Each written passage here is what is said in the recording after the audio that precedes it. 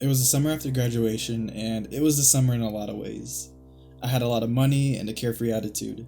And one fateful day, my friend Drew and I met a friend Jay by chance in a park. And he told us about how his cousin had given him some strange plant, and you could apparently trip out from it. I was up for pretty much anything, minus heroin and meth. I had vaguely heard of Jimson weed before, but wasn't very knowledgeable about it, other than from reading Castaneda. We said sure and drove to Jay's house. First, we smoked a joint, and then we dived up about 2 pods between the three of us. And basically, the seeds were a little clear and somewhat bitter. We decided we didn't want to waste any of the plant, so we brewed up a tea with the shells and drank it.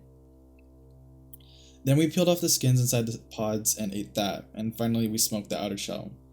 Then we smoked another joint. During the first 20 minutes, nothing too noticeable happened. Colors seemed more vibrant, and my throat was kind of getting dry. When I went to the bathroom to pee, very little came out. Jay decided we should go to different parks. So we were already at a park, and we decided to go to a different park that was nearby, because his parents were going to be coming home soon. As we were walking to the park, basically I felt the effects of being poisoned. I had jello legs, my eyes couldn't focus on anything specific for very long, and when we got to the park, we walked over and basically slumped at a picnic table. At this point, my throat was painfully dry. We had a jug of water, which I kept voraciously drinking. I also really had to pee. I walked up into a secluded area behind some bushes and tried. Nothing. Frustrated, I jello walked back to the table, and our friend G was randomly there. He was driving past us and saw us, and he was talking to us. He could tell we were different, and sarcastically he was like, "Oh, I know what you guys took," he said, and started laughing. I could barely look at him. He told us to give us him a call later and tell him how our experience was.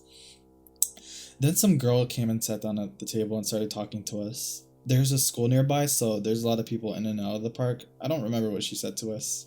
Jay said he had to go home, and we thanked him for the Datura, and Drew suggested we have to leave too. So we got into Montero and left the car. And then all you could say is basically insanity started. We left at about 4 p.m. and we pulled up to Drew's house around 9 to 9:30, with no memory of what happened in between. None at all. Anyway, as we pulled into Drew Street, we noticed a lot of our friends' cars lined up around his house. There appeared to be a party going on, and we assumed it had something to do with Drew's brother. As we pulled into his driveway, the neighbor's cat ran in front of us. We felt a bump and knew Drew had just run over it. He felt really bad about it. We walked inside, and sure enough, there's a party going on. We see about 20 or so of our friends drinking and laughing, being loud. There were also strangers. Drew excused himself and went into his room, as he felt bad about the cat still. I was talking to some of his friends and noticed my friend Preston, who was there. He was crying blood. It looked like eyeshadow, a blood circle around his eyes. It was horrifically bizarre. And he looked like he was in pain too. Are you okay?" I asked. And he just stared at me with the most evil gaze. Blood was dripping from his face onto the floor. I saw grotesque people I didn't recognize, who looked like the sloth from the Goonies, but not in a comical way. They looked deformed, bruised, beaten, and burned. As I shuffled around the house, some were laughing manically, some were crying, others were just staring. It was unsettling, to say the least. Things were also painted on like it's a dream, and the 3D world was irrelevant. There were burnt cigarettes and tacks sticking sharp side up on the ground, and bizarre-looking plants pasted to the walls and doors. I then saw some people with beet red skin crying blood. They looked like what you would expect demons to look like, just like every fairy tale or myth or religious text makes them out to be. None of this seemed particularly odd to me at the time. I was confused who they were, but wasn't gripped with fear like I probably would have been if I was sober. Some of these entities were having passionate, crazy sex in the back room, but they didn't look as if they were actually enjoying themselves. I kept hearing the sound of doors slamming. Drew came down to see what I was up to, and our friend Preston started talking to the both of us. You guys are late. We were waiting for you, he said. We didn't know this was going on, said Drew. Where's Kyle? I asked. Kyle's Drew's brother. I haven't seen him yet, Preston replied. We talked, just the three of us, for a couple of minutes, and then Drew excused himself to the bathroom. He couldn't pee the entire time, either, and our throats were probably the dry and it hurt to swallow. Then I met the spirit plant, Queen Tolashi, as she is known indigenously and shamanically. She was pale, not just albino pale, but literally skin tone like the moon. She's also fond of tricks. I talked to her for a bit, though I'll not share the conversation as I feel by doing so would be disrespectful. I sat on the floor still noticing the text which shimmered in my peripheral. My friend Chloe walked in through the kitchen, looking frail, beaten, and toothless. She explained that a group of Mexicans had just beaten and gang raped her. I looked over at the towel in a clear cylinder on the table. That's what it was in, and only I didn't see the towel. I saw a talking head, and this head was Chloe's. She was crying hysterically. And Tolashi told me to give her a hug, which I did. I was literally hugging a beach towel in plastic. Oh my god, Sam, what the fuck? She was gut-wrenchingly yelped and started crying. At this point, I honestly didn't know what to do, but my bladder felt like it was going to explode, so I said I'd be back and went downstairs to the bathroom. Drew's mom was playing solitaire on the computer and said hello to me. I waved and went into the bathroom. Chloe was sitting in the corner of the ceiling, laughing scarily. When I walked to the toilet, Chloe was standing in my way. Chloe, can you please move? I really need to pee. She just stared at it a second and laughed. Chloe, if you don't move, I'm going to pee on you. She laughed again louder. So that's what I tried to do. Again, almost nothing came out, but I did feel better. I went back upstairs. My dad was there randomly. He opened the front door and said, "Come on, kid. Let's go." I wasn't expecting to see him there at all, and he said, "I'll meet you in the car." And then he said, "Alright," and went outside. So I ended up going outside, and he was nowhere to be found. I did see my friend Tom, though. He was in an orange car parked right outside. He beckoned me to get in, and I couldn't. The door was locked. He kept waving me inside, and I said, "I can't," I said. Then he started laughing. This actually irritated me. "Forget it," I shouted at him. I was confused where my dad went, so I sat back on the curb of the house across the street. I saw someone committing suicide by hanging themselves from across the street. It looked like an animated GIF. When my eyes moved, it would reset. And when they stayed in focus, the man walked off and basically he just hung himself. It was weird. I was watching this from across the street. I should have mentioned earlier, but all the straight lines shook, like an episode of Dr. Katz. Everything flickered actually, like I was witnessing the erosion of time. I'd seen that kind of thing before on strong acid. Just lines, not anything else. I look next to me, and my friend Mike is on my side, and he's like, "What's your problem, man?" He asked. "I don't honestly know, dude. I took this plant earlier, and I can't tell exactly what's going on." He just looked at me and said, "That's fine and all, and that would be a good excuse if you weren't being such an asshole right now." I felt like I was an asshole ruining everybody's time, and I didn't know why. I glanced into Drew's Montero and saw probably the scariest thing out of the whole experience. There was a pale creature with no eyelids, with the most piercing stare I've ever seen in my entire life, sitting in the front passenger seat. His head was shaped almost like a shark's, pointing at the top, and he had no lips and sharp, shark-like teeth. In fact, it looked like the Hellraiser character, Butterball, minus the sunglasses, and paler. Just like in the movie, he said nothing. I had seen Hellraiser once before when I was like 12 and remembered near nothing from it. It wasn't until I saw the movie again that I made the connection. In fact, I'm fairly confident Clive Barker has taken Datura before. After going through this experience and the fact he wore sunglasses in the movie and in reality had no eyelids at all, seems more than a coincidence to me. This powerful entity was the only one I could not look straight into the face. I could see a ghostly like essence in the tree itself. Actually, I could see the essence of all plant life. Chloe was right by that tree falling over.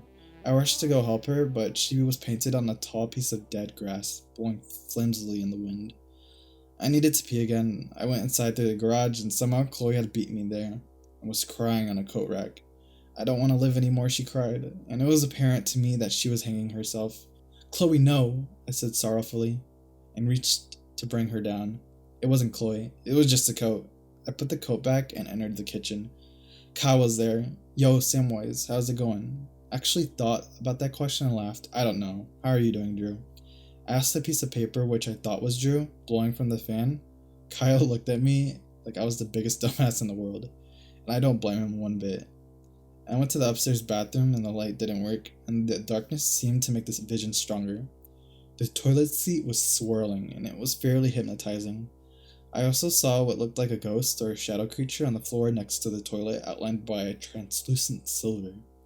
He was completely two-dimensional and appeared to be asking for my help. Though I couldn't actually hear anything he was saying, I finally peed. At least more than I had yet, and felt immensely better, though I felt sorry for the shadow creature. It was kind of a dusty bathroom, and there were glowing insects attracted to the dust. They looked like ants, mini spiders, and other insects which probably don't exist, and they looked like bioluminescent. I put my finger on the ground and let one crawl into my finger, and I examined it more closely. Its movements were exactly like a bug's would be. It had feelers and was feeling me. I clamped my fingers together tightly, and the insect crumbled like dust. Its legs floated and spiraled to the ground. I went back upstairs and Talash was still on the couch and asked, "Did you see me upstairs?" Still on the couch, and asked, "Did you see the life upstairs?" I nodded. I looked around. Demons, deformed burn victims were still walking nonchalantly.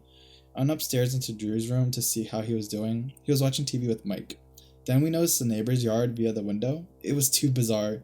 There was four-legged dog creatures, very large and black, with glowing red eyes, sitting on what looked like a throne.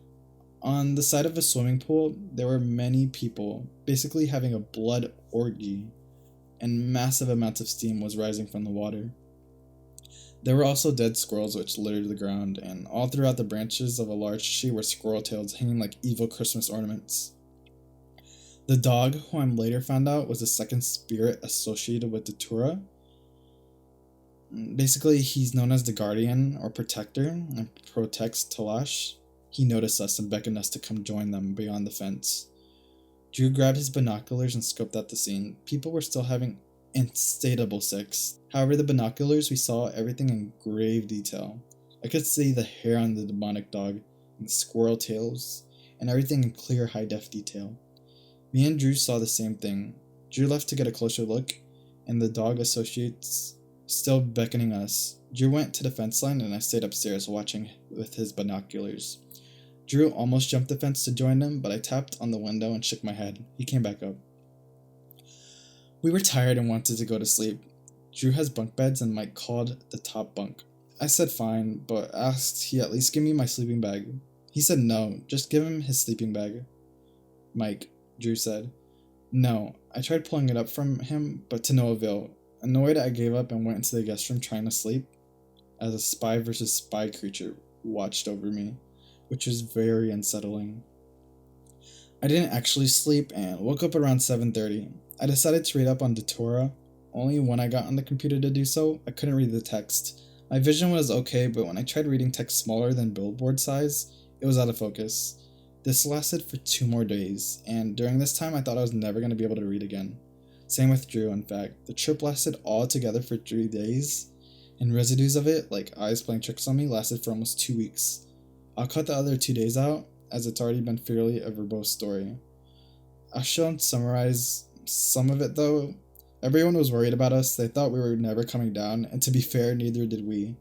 We saw Dr. Seuss, creatures in the trees, elves, gnomes, dwarves, pixies, demons, golems, all kinds of mythical, demonic, spiritual creatures, and everything Drew saw, I saw, and vice versa.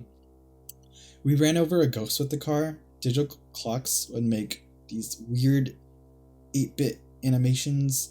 The auditory hallucinations did stop for the first night. The visuals mostly after the 3rd night. On the 3rd day, me and Drew and a group of friends went to a gazebo, a usual smoking spot, and a garden to smoke.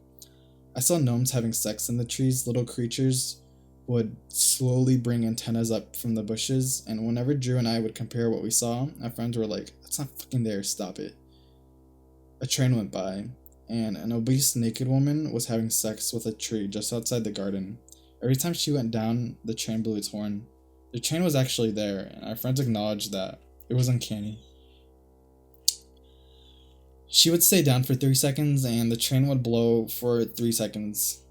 The experience made me think about it every time I hear a train.